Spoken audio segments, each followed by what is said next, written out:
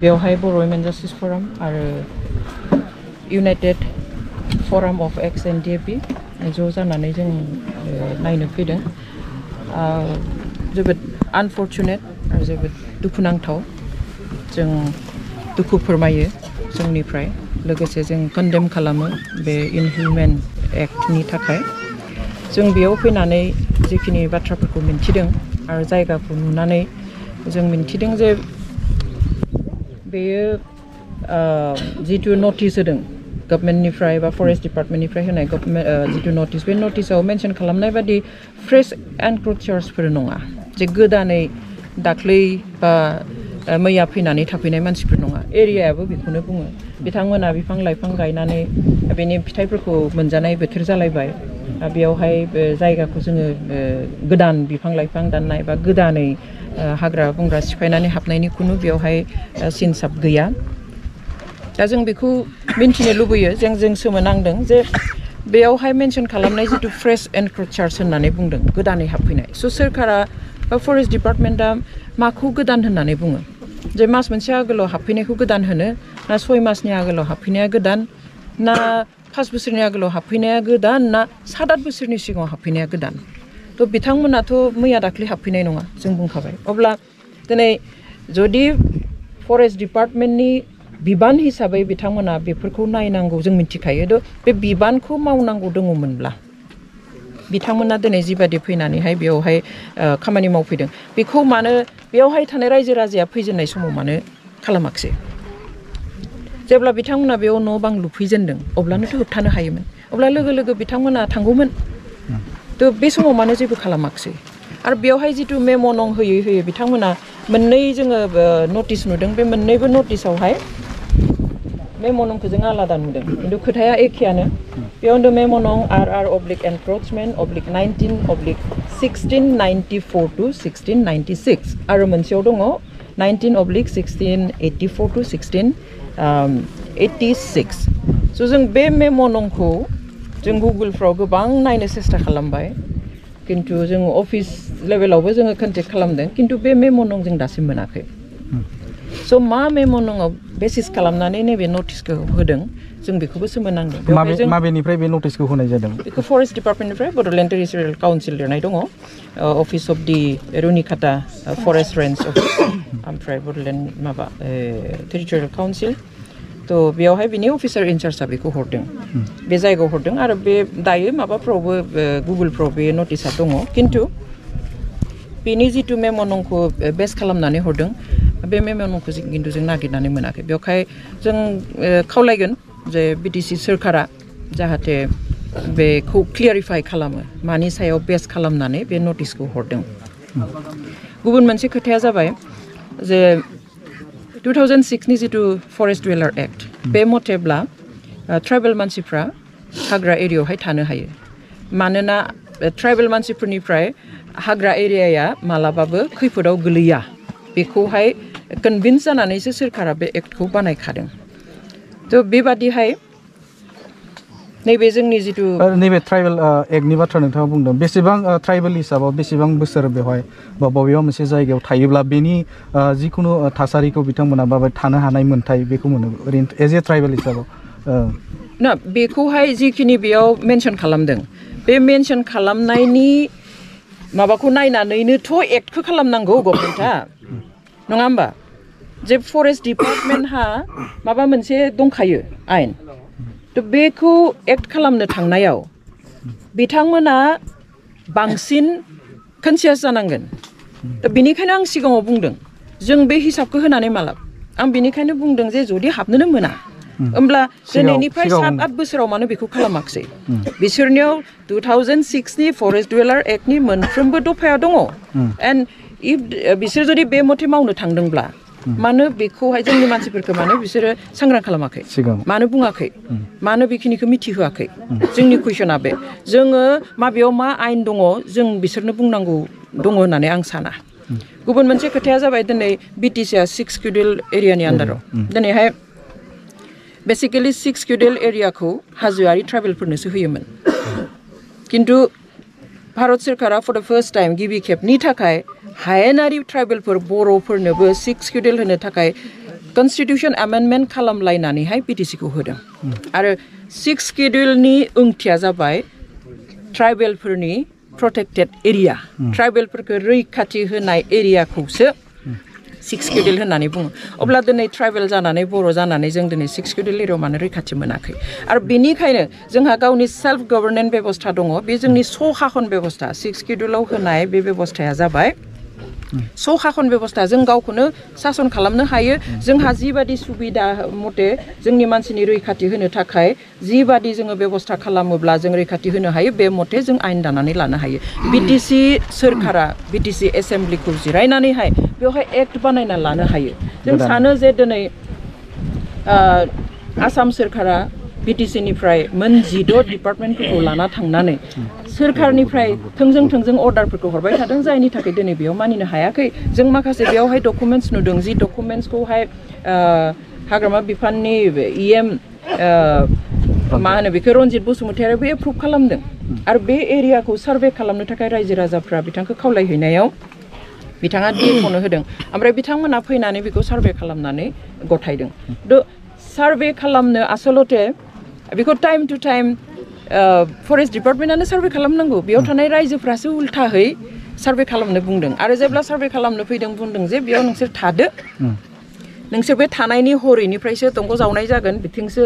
बिथिं हाबहैनांला स' बेखिनिया नोंसोर मोनसिगोन बिफां लाइफां जेसे हायो गायनानै लादो बेबादि होनलायनानै फैसा पातिबो लानानै थांदों खरसा थरसा आरो बेयावनो बोरमा दाउ माने बुथारलायनानै जाहो हरलायलायनाय जादों खुसियाव डिपार्टमेन्ट माबा फरेस्ट डिपार्टमेन्टनिफ्राय मानसि फैदों बेयाव मन्डल लानानै फैबावदों बेयावहाय जे बेयाव नोंसोर थानो हासिगोन जे बेफोरबायदि सिमांखौ मानो दिन्थिखो बेवहाय आसलते बिटिसि गभर्नमेन्टआ हायो जे गावनि सुबिदा मथे बे बिटिसि एरियानि जेसेबां ट्राइबेल मानसिफोर दं बिसोरनि रैखाथिनि थाखाय एक्ट बानायनानै लानो हायो बे एक्टखौ एसेम्ब्लियाव पास खालामनानै गभर्नरनो हरदो बेखौ पास खालामनानै लादो अब्लानो बे एक्ट जानानै थागोन खिन्थु दुखुनांथाव बाथ्राया बेसो जे 16 डिपार्टमेन्टफोर जेब्ला आसाम सोरखारा लांबाय बिनि उनाव हयथ' पावारखौ दिनै बानायनो हायाखै दिनै 16 डिपार्टमेन्ट लांनायनि जिथु गाज्रि फिथाइ उनजाथाय जों दिनै बेखौ नुनो मोनबाय बेनिखाय जों आसा खालामगोन जे दाबो सम दङ जों गावनि फिसाफोरखौ बेबादिहाय एसेबां सम थै जिउ होनानै बर' रायजो राजाफ्रा खस्थ' खालामदों बर' संगठननि लिडारफ्रा खस्थ' खालामदों बिनि उनावहाय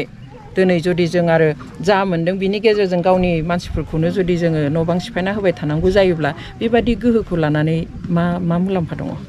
बेनिखायनो जों खावलायगोन गावनि जि 6 शेड्यूलनि जिथु पावार बेखौ बाहायथों बिटिसि सोरखारा आरो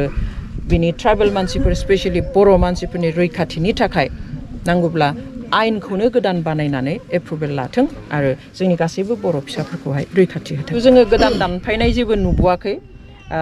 गोजाम दंफां गोलैनानै थानाय जों नुबोदों आरो बेखौ सोर दानदों बे रायजो राजाफ्रा दानमारदोंना दिनै जों बेयाव फैनानै खोनादों जे बिथांमोना बिनि गिदिर बिफां फांसेबो दानाखै गुबुना फैनानै दानफैयो दिनै हरावबो नै साननैनि सिगाङाव फरेस्ट डिपार्टमेन्टआ फैनानै एभिक्ट खालामनानै थांबाय हमजादोंमोन दिनै हरावबो दंफां हानाय दंफां रोगानाय बैखिनियावनो गारलाङो बेखौ बिसोरखि दाननानै रोगादोंमोन नङा जायफ्रा पारमिसन मोनदों लिडारफ्रा पारमिसन होबावदों बिसोरनो ओमफ्राय हमजादों दा जों लामायाव नुबोदों अब्ला बिथांमोनाथ' दानाखै बेखौ सम्पदखौ नस्थ' खालामनो नाङा जोंबो लुबैया बेखौ प्रटेक्सन होनाया जोंनि दायथ' जोंनि सम्पद डेफिनेटलि सम्पद खिन्थु अलरेडि सोरबा थिखादारफ्रा दानबाय सोरबा लिडारफ्रा दानहोबाय बिनि मुलाम्फा जाबाय फागो राननानैहाय बिनि उनाव हाया लांदां जानानै थाबाय बिनि दिनै बहाबा हा खुरखा जानाय दैबानाजों लांजानाय न' गैयै हा गैयै मानसिफ्राहाय 7-8 बोसोर सिगाङाव फैनानै थाफैबाय दिनै बिसोरखौ एभिक्ट खालामबाय दिनैसिमबो दंफां दाननानैहाय बोनानै हमजाबावदों अब्ला बेखौथ' बिथांमोना न' थानोनो न' गैया बिसोर माजों बोबावनो थ' बेफोर डेफिनेटलि गाज्रि आरो बेखौ सोर खालामदों सोर खालामबाय थादों आरो बेखौ खालामनायखौ सोरखारा थरदोंना गैया दङ डेफिनेटलि बिसोर मिन्थियो दा लामायावनो गारनानै गालांदों बेनिखाय साननो गोनां बाथ्रा स' गोदो धेकियाजुलि एरियाफ्रावबो बिदिनो जायोमोन गिदिर गिदिर थिखादारफ्रा थाङोमोन सालफाफ्रा थांनानै गिदिर गिदिर बिफां दानहोयो ओमफ्राय उनाव थांनानै बर'फ्रा बिनि बे दालाइफोरखौहाय बन जानो बोनानै लाबोयो ओमफ्राय बेफोरखौहाय गावहैनोसै जों थांदों बेफोर जायगायाव गोबां थानो हाया मानो मैयासो जावखो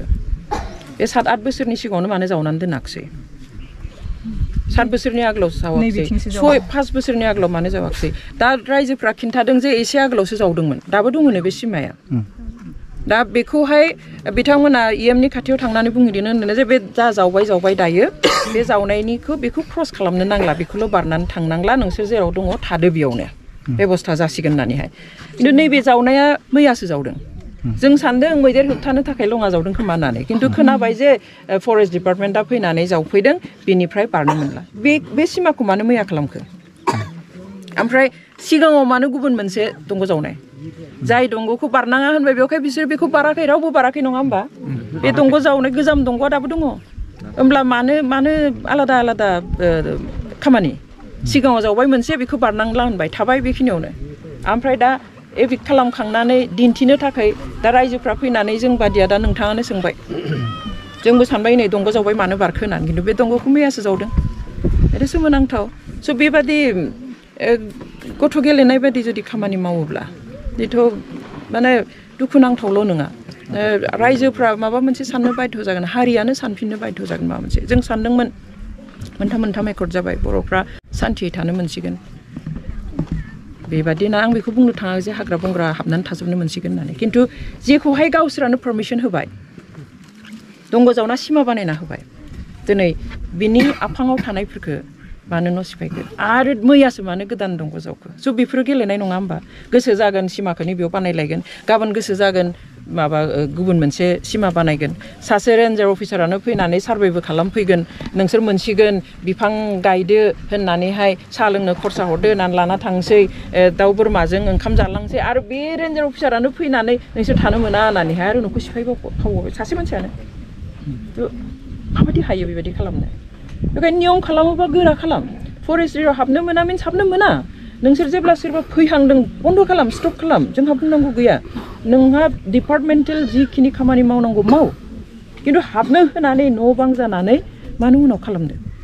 बेथ' जानाङा डिपार्टमेन्टआ दङ बेयाव अफिस दङ दरमाहा जानानै मावबाय थानाय मानसिफोर दङ बिसोर डिउटि दङ गिदिंनांगौ नायनांगौ सार्भे खालामफैनानै बिसोर लिंहरनायावसो खालामबावदों लिंहरामोनब्ला सार्भे जायामोनब्ला एभिक्सनबो जाबावनाय नङामोन खोमा बिदिसो बुंनो लुबैयो खारन बिथांमोना सार्भे खालामनांगौ होननानै इएमनो लिरहरबाय इएमआ डिएफअनो लिरहरबाय सार्भे खालामनानै बिनिफ्राय फैबाय रेन्जार सेन्जार बेबादिहाय ओमफ्राय सार्भे खालामनानै बिसोरो मा रिपर्ट हैखो बिनि उनाव नैबे फैबाय थ' बिथांमोना सानदोंमोन जिहेतु फैनायाव थानो होलायलायबाय बिफां लाइफां गायनानै थादो होनबाय लङाबो जावना होखांबाय गिबियावनो बेखाय बिसोर मालाबाबो सानाखैमोन बिथांमोना आधार कार्ड दङ आधार कार्डआ बेनि एड्रेस दङ आधार कार्डआनो दायो अल इन्डिया बयनिख्रुइबो भेलिड डकुमेन्टस थ' बेयाव मानो बिनि एड्रेसखौ होखो बिनि एड्रेस दङ सेंग्राफोरनि आखायाव जों नायदों जों फट' खेबनानै लादों मानो खालामखो बेफोरखौ स' साननो गोनां बाथ्रा बेखाय जों बेखौसो खावलायगोन आरोबाव खनसे जे जोंनि जिथु 6 स्केड्युल एरिया बे 6 स्केड्युल एरियायावहाय जोंहा गावखौ सामलायनो हानाय पावार दङ बे जिथु जोंहा एडमिनिस्ट्रेशन पावार बे पावारनि गेजेरजों जोंनि लिडारफ्रा जि एसेम्ब्लि दङ बे एसेम्ब्लियावहाय गोदान एक्ट बानायनांगौ आरो बे एक्टखौ आखरे फालिनो नांगौ आरो बे एक्टनि गेजेरजों बे बिटिसि एरियायाव थानाय बर' हारिफ्रा बयबो प्रटेक्शन मोननांगौ रैखाथि मोनथारनो नांगौ